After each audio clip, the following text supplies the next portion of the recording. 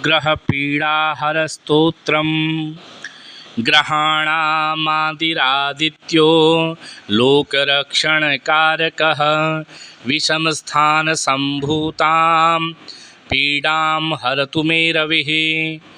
रोहिणीशः सुधामूर्तिः सुधागात्रः सुधासनः विषमस्थानसम्भूतां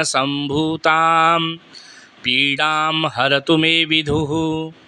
भूमिपुत्रो महातेजा जगतां भयकृतः सदा वृष्टिकृद्वृष्टिहर्ता च पीडां हरतु मे कुजः।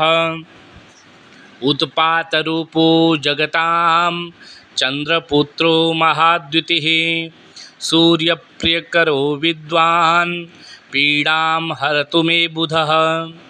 देवमन्त्री विशालाक्षः सदा लोकहिते रतः अनेकशिष्यसम्पूर्णः पीडां हरतु मे गुरुः।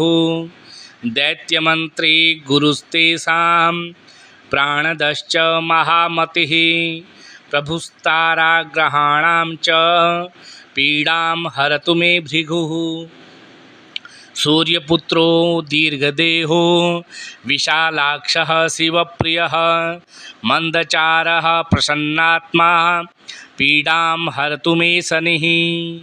अनेकरूपवर्णैश्च शतसो अतसहस्रशः उत्पातरूपो जगतां पीडां हरतु मे शनिः।